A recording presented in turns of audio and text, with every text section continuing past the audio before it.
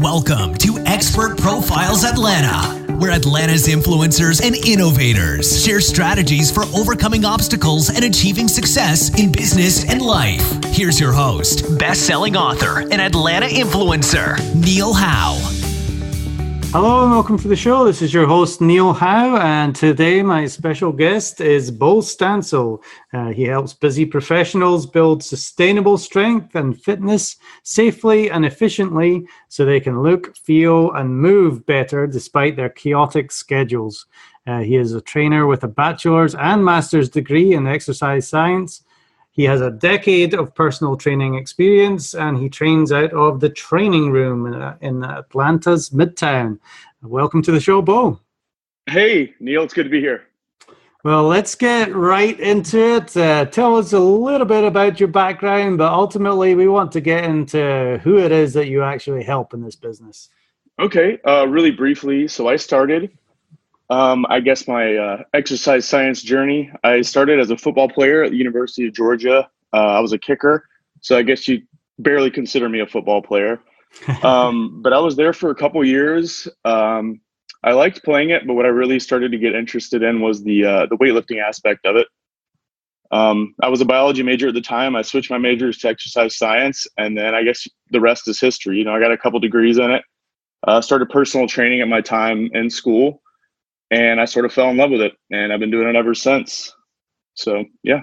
Excellent. Well, you know, my background was in soccer, and that's the real football. I would say that you were the only football player on that team, the one that kicks the ball. So. Right, exactly. And, you know, I ended up doing some exercise science stuff, became a physical education teacher. That was many, many moons ago, though. But tell us, who is it that you help? What's your client roster look like? So, this takes time as a personal trainer. It takes time to figure out who it is that your niche, I guess, if you want to call it that, to figure out who you like to help, the type of training you like to do. Typically, I'm going to be working with men and women, usually between the ages of 25 to 50. Obviously, there are some people that I work with outside of that range. It's a pretty broad age range. And I focus primarily on building strength. So I know a lot of people work on fitness, so they try to do a lot of things at once, but eventually you get to a point where you have to narrow down your focus. And strength is the primary quality that I work on. And typically with older adults, especially older adults who've gotten out of a routine of strength training, it's something that you kind of lose as you age. After about 32 or so, you start to lose muscle mass with age. And so I basically work to attenuate that loss. And so, yeah. And I focus primarily, I do have a lot of male clients, but my focus has shifted a lot more towards women because I think they're an underserved population. Right. And is this a professional woman, or is this like a stay-at-home mom that just needs some help with their personal training? I really do all of those, but professional women are sort of a demographic that I've gone after in the past, just because a lot of times they're busy, their careers take off. And a lot of them may not have done strength training in the past, or maybe they did, maybe they were formerly athletes and they kind of got lost along the way during their professional career. So I do try to deliver efficient results for those women that don't necessarily have a ton of time. Mm-hmm. But that doesn't mean that I do still train women that are, house moms or that are remote workers, but professional women, just because they have that natural drive, but also they may not have the time. And my workouts are built on efficiency. So they're a good population for me to serve. Mm-hmm. So let's talk about strength training. You mentioned that there's, all aspects of fitness, but why did you choose strength, and why would you say it is the most important of, all the disciplines? Strength is probably the most broadly applicable quality. I know it's not something that is the primary focus for a lot of trainers. A lot of trainers try to do everything at once. And I think that's a bit of a mistake. It's good to do that maybe early in your career when you want to figure out what you want to do. But I like strength because it can be applied to so many different things. With strength, you can build power, which is something that, you lose as you age. Strength also is going to make you better at almost everything else. It'll make you better at cardio. It'll make you, daily tasks, daily life a lot easier. And also there are some pretty good aesthetic, effects of strength training too. Definitely good aesthetic benefits to strength training. Now, what kind of problems do your clients have? If we're talking specifically right here, professional women, they probably got a relatively sedentary job. What does that do to their, body structure, and, how does the strength training help that? Right. Well, so if you're sitting around a lot, if you're not doing a whole lot, you're essentially going to be losing muscle mass. Right? If you're not doing anything to make sure that you can maintain that, you're going to be losing muscle mass. That muscle is the driving force of metabolism. So if you lose that muscle mass, your metabolism goes down. It becomes harder and harder to maintain the current weight you're at. You start to gain weight because your metabolism is not as fast. Strength training sort of mitigates that. It helps maintain muscle mass.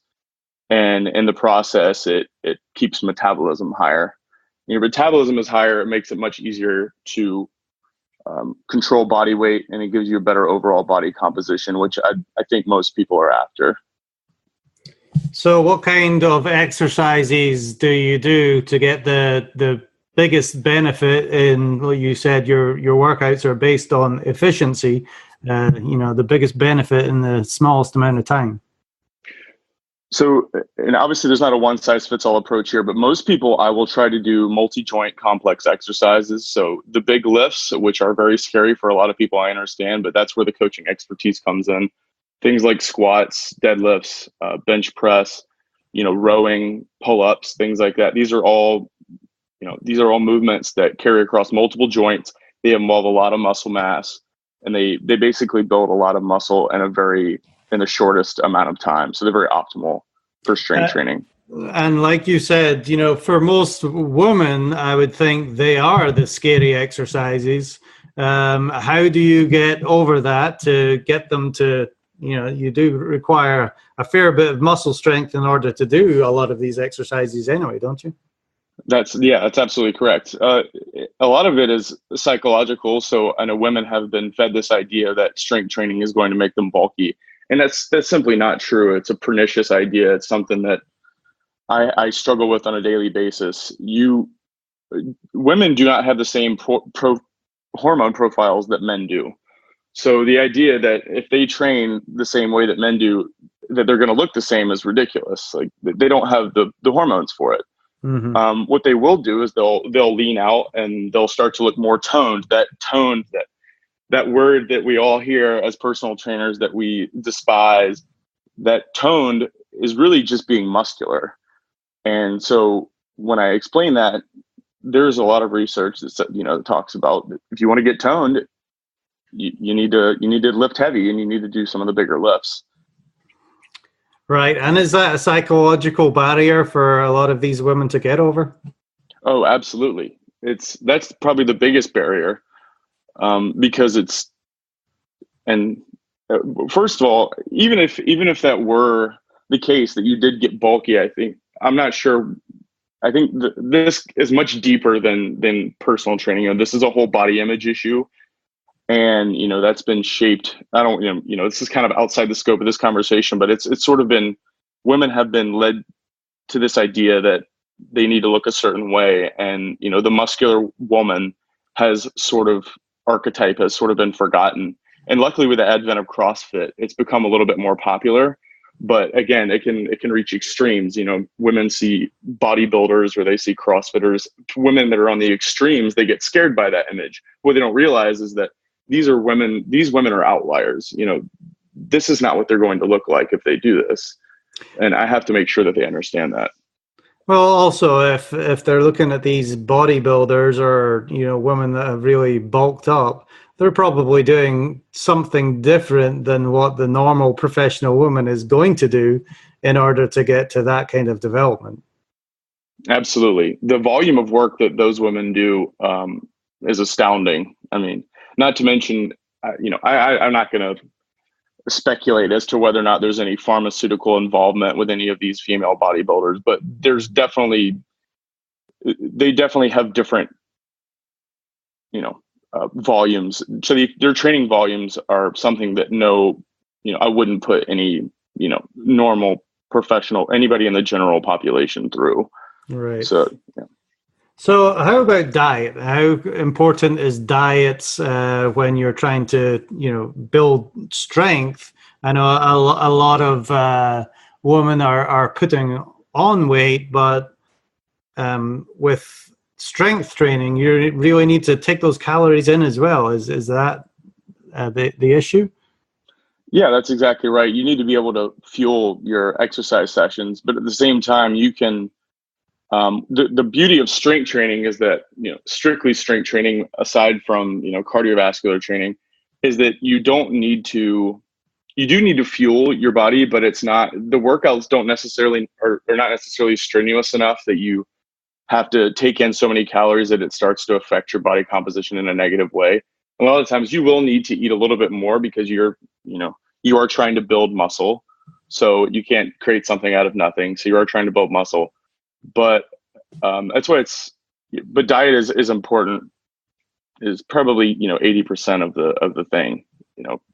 Diet, I'd argue, it pains me to say this as a fitness professional, but diet is a majority of it. It's probably about at least 80% of the of the whole equation. And this might be a completely different discussion, but as a general rule, what should the diet look like? That's the question, isn't it? Right. There are a lot of trains of thought with diet. There are a lot of different diets out there. There's paleo and low carb, and there's a million diets out there. The bottom line is there's no one size fits all. People are different, and I know it's a really boring answer, but it depends. It always depends on the person, what works for them. The best diet, if you want to call it that, is going to be the one that works for the individual. And that's something that as a coach, you kind of have to play around with in order to find the right formula for that specific person. There is no one right diet. Okay, so let's talk about some of the psychological issues, especially around being motivated to, basically get there, get to the gym, get to see the personal trainer, and ultimately be able to have the patience to see the results. How do you get these women or men that you train motivated to stick at it? I guess making sure that they know that it is a process. It is a process. It's something that takes time. I always tell people, how long did it take you to say they gain weight? How long did it take you to gain that weight? And chances are it didn't happen overnight, didn't even happen in weeks, probably didn't even happen in months. And I'm not saying the timeline is going to be the same, but it does help them understand the timeline or the scale, and give them realistic expectations on how long something like that is going to take. But it definitely, it does take a while. Building muscle is a long process. But I tell people to focus more on the system itself and the consistency than on the goal itself. If you focus on the goal for too much, then you're stuck in this constant state of pre-success, and you're always chasing something. But if you learn to love the process itself, a lot of people don't think they ever will, but the more they do it, the more it becomes habitual, the more they decide that there actually are aspects of this process that they like. Once you fall in love with the process, it becomes a lifelong thing. And then you can still chase goals, but then it just becomes part of your routine. It becomes part of who you are. And that's where the real changes start to happen, because then patience isn't even an issue. Then it's part of who you are now. It's just what you do. So the changes are going to come regardless. Right. If you develop the right habits and you stick with it long enough, you're going to see your desired changes. Exactly. So talk to me about the length of time. And I know this is different for everybody, but you say it can take months and years to put weight on. But, what is a good expectation of a length of time to see marked results? I suppose it depends on what your definition of marked is. Again, I know you talked about this. It does depend, but for a novice trainer, so a trainer, or a client that hasn't done much strength training at all, we'll see benefits very quickly. Those adaptations happen very fast. I mean, they can even happen within 1 to 2 weeks. But if you want to actually see body composition changes, it's usually going to take a little bit longer. For newer people, novice trainees that haven't strength trained a lot and have their diet locked in, you can see some pretty significant changes in as little as 1 to 2 months. They'll start to get a lot more significant when you start getting into the 6-month range. 6 months is a pretty good. If you don't have some pretty substantial changes in 6 months, then you need to reevaluate your program. Like something's going wrong if you're not seeing changes in 6 months or so. But you'll see noticeable changes within the first couple months for sure. And how do you like to evaluate those changes? Is it by body weight or composition? You do. I know a lot of trainers do body composition measurements. I can do them if a client specifically requests them. I tend to shy away from them because I don't want them getting focused on, because there's a lot of variables that go into body composition, a lot of which I have no control over. What I usually get people to focus on, again, it goes back to that falling in love with the process. I get people to focus on performance goals, performance measurements. So that means the amount of weight that you're lifting. Technique. So if your form has cleaned up significantly, you're starting to lift more weight, you're doing things for more reps, more sets, all these things. It still gives someone a sense of accomplishment, but it doesn't make them obsessive over their weight. The scale obsession thing is something that I deal with regularly, and it's very frustrating. But focusing on performance goals as opposed to body composition or weight goals, I've found to be much more effective. Those may come, but I don't get people to focus on them if I can help it. Excellent. So talk to me about some of the misconceptions about what you do in the personal training world. So the big two, one we've already discussed both of these to a degree, but the timeline, the quick fixes, the health and fitness community has become a breeding ground for snake oil salesmen. They're going to sell you every kind of program and supplement under the sun. But the bottom line is nothing will ever be able to replace consistency and hard work. And it's very unsexy. A lot of people don't like hearing that because it's hard, but there is no quick fix. There really isn't. It's not going to happen overnight. It takes diligence and patience to see any kind of result. And the other big one, that we mentioned already is just the strength training for women. Like I said, CrossFit, for all of its, there are some issues with the CrossFit community, but one thing they have done a great job of is getting more women to lift weights and lift heavy. And again, the idea that women are going to get bulkier, they shouldn't be strength training is horrible. And it needs to die, quite frankly. Yes, definitely. It's strength training is good for the body, good for the bones as well. Let's talk about that for a minute. What are the physiological benefits of strength training? Yeah, so you mentioned that. Obviously, bone density is a huge thing, but most people don't realize it because obviously you don't see your bones on a regular basis. But if you don't strength train nowadays, a lot of older folks, especially women, become osteoporotic relatively early without that kind of bone loading. If you do heavy strength training, what it does is it remodels the bones, so the bones are stronger. They're going to be less likely to fracture, less likely to break when you get older. But obviously, muscle mass is another one. But there's also, there's a saying that, and this, forgive me if it's a little inappropriate, but, they say diet will make you look good with clothes on, but strength training and resistance training will make you look good with clothes off, right? Mm-hmm. So the idea is it gives you a more muscular physique. And it's not necessarily going to make you bulky. It actually, in a lot of ways, may lean you out. You'll notice that your waist size may be smaller. And sometimes it's actually harder to find things that fit. If you're a little bit more muscular, it's clear that clothes were not made for your avid weightlifter. But yeah, Right. so bone health. I mean, mental health too. That's another one that a lot of people really don't realize. It is huge for mental health.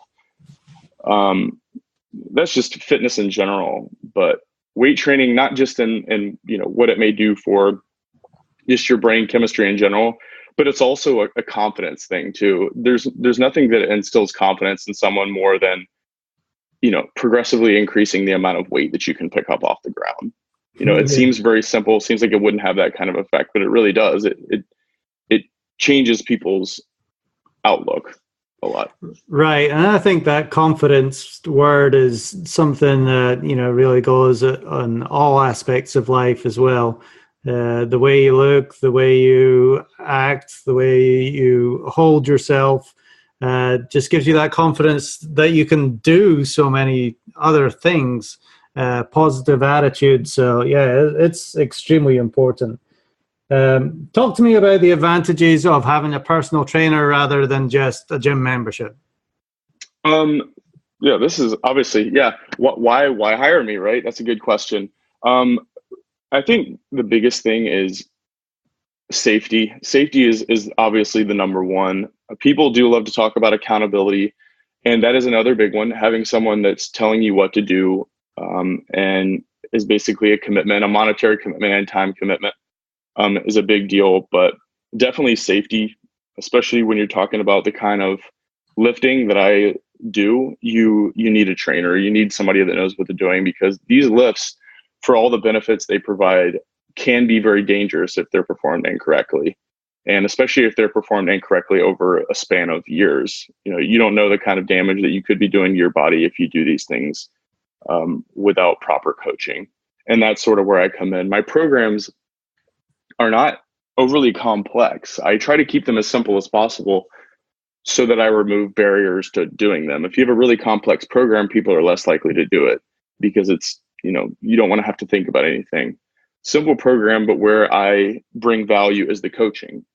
And these lifts, while they may look relatively simple at first glance, are very nuanced, especially when you talk about the variation between people. People are different. They need to be lifting differently, and you need a coach that can recognize those differences and make changes or modifications to these lifts to make sure that people are doing them safely.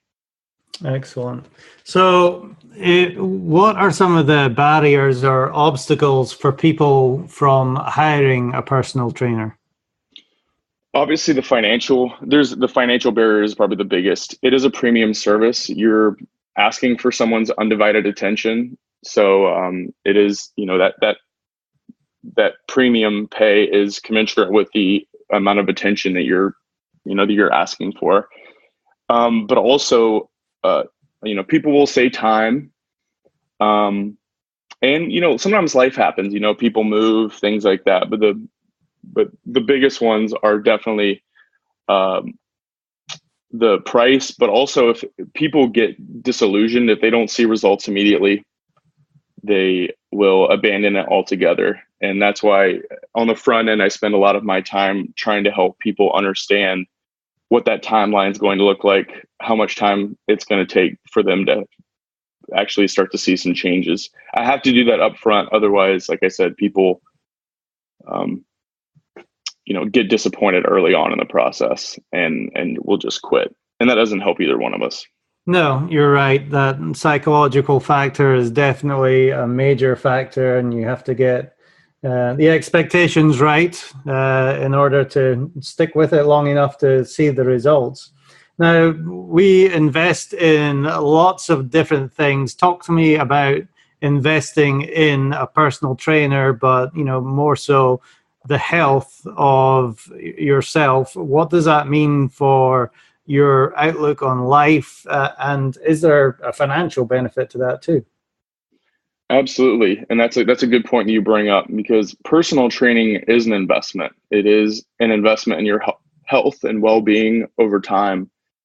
People see it as, if you view it as something that you pay for quickly and then like to try to achieve a spring break body, then that's not a proper investment. An investment is something you spend money on. And then over time, you start to see real benefit and real return on that investment. When you invest in personal training, what you're doing is you are giving money to somebody who is, one, going to set you up for lifelong success when it comes to, training, right? So I not only, I have to think long term when I get clients. I don't just have the client for the span that they're with me. I am trying to educate my clients. I'm trying to get them understand why we're doing certain things, how to do certain things, and to the point where it becomes automatic. They don't have to think anymore about how they're supposed to do a specific lift.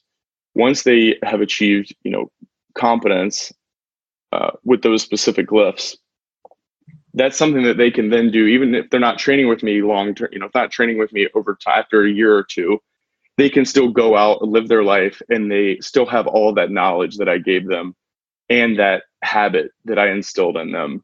And they keep that with them forever. This is something that they do for the rest of their life. This isn't just one-off thing. You go, you get in shape, and then you just go back to where you were. This is setting them up for lifelong success. Right. And when you think about it, it really is kind of like investing for retirement. If you think about it, you're investing your money into some kind of retirement account, and, at the end of however many years, you have that money to spend. But if you haven't invested in your health over that same period, you're not going to be able to move to enjoy those retirement years. So that really is a great investment to spend some money on your health. Absolutely. So talk to me about somebody that sticks out in your mind that, just came to you, they needed help. What kind of condition were they in when they came to you? What were you able to do for them? And ultimately, what was their outcome? So, I trained a woman a couple of years back who, I do tend to get some older adults that I train. I trained one woman that sticks out of my mind a few years ago that was, she was probably in her 40s or so, but again, a professional. She was in shape and she looked great, in her 20s, and then life got in the way. You get married, you have kids, you get a job, and all these things sort of start to take over. And then you forget, life is sort of passing you by, and you realize that you look in the mirror and you don't even recognize who you are anymore. And, she came to me and wanted some help getting back into things. She just wanted to look better, wanted to feel better. She didn't have any real, grand goals. It was really just to look and feel better and move better and all these things. She was having knee issues, having some orthopedic issues. And she made those known to me. But over time, we started working together. I started teaching her some of the bigger lifts. She started to get stronger. And then it's just one of those things where some people, the appreciation that you get from some people when you help them, again, with the strength training, there's a lot of confidence overlap there. She was becoming more competent with the movements. She was getting stronger. And as a side effect, she started noticing some pretty significant body composition changes. She was getting muscular. She was seeing muscles that she hadn't seen in years. Mm-hmm. And it's important to make sure that people understand it's never too late to start doing this. It's never too late to start strength training. You can do it, up until your, old age, but there's always benefit to be had there. And this woman, she started losing weight. And again, there were a couple of, I made her keep a food log. There were a couple of dietary changes that she made, but she kept improving. She kept getting stronger. She'd lost 20, 25 pounds over a span of, 6 months or so.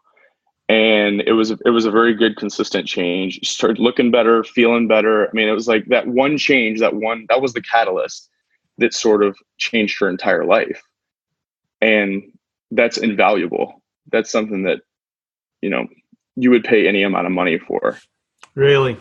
I mean, ultimately, to have your health is more important, in my opinion, than the finances. You you can live off a little money, but it's very hard to live off a little health. So That's exactly right. it's definitely paramount in my book. So if somebody is looking for a personal trainer, what are the things that they have to be checking out? What are the questions that they should be asking?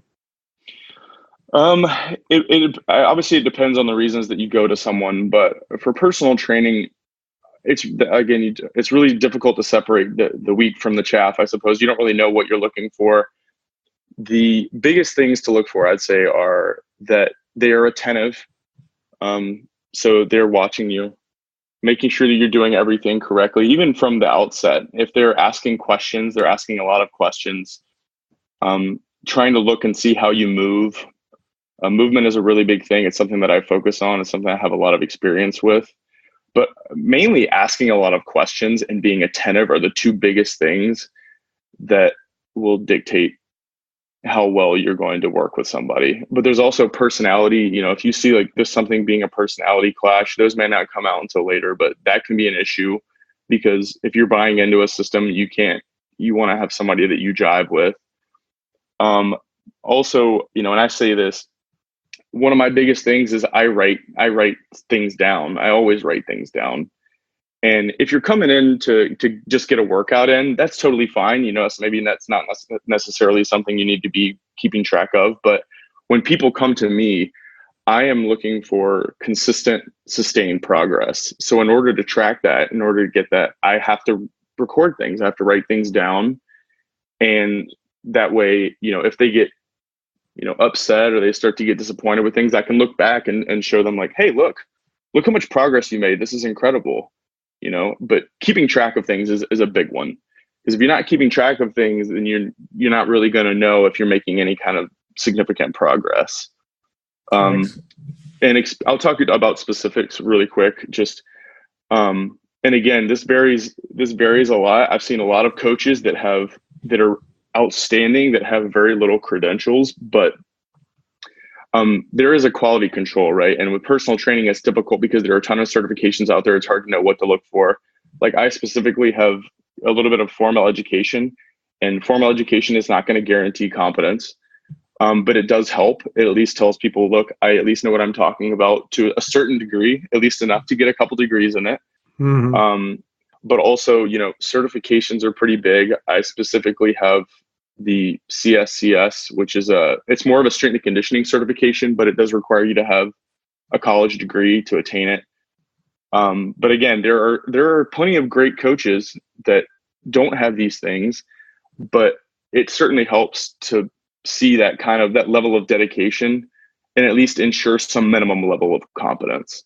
Mm-hmm. So looking at certifications, from the big certifying bodies, your NSCAs, your NASM, ACSM, making sure that someone is certified, that they have some kind of background in training will go a long way. And like I said, just ensuring some level of competence. Excellent. Well, we're talking to Bo Stansell here. He's a personal trainer in Atlanta. Bo, tell us what the best way for people to get in touch with you is. You can find me on Instagram. So if you just look up, Bo_Stansell_, you'll find me on Instagram. Also have a Facebook business page and Stansell Strength, where I like to share a lot of really good information. And you can find me. My email address is calstan22@gmail.com. I respond pretty quickly to any kind of emails or inquiries, answer any kind of questions anybody has. I love this stuff, and I love helping people out and get them the information they need. Excellent. And you do your training out of the training room in Atlanta, or do you go to people?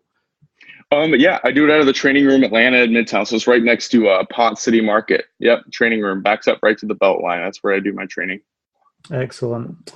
Well, Bo, thank you very much for being my guest on Expert Profiles Atlanta today. I really enjoyed talking with you.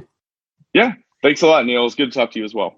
And to our listening audience, if you like what you hear, hit that like button and share. We'll see you next time in the show.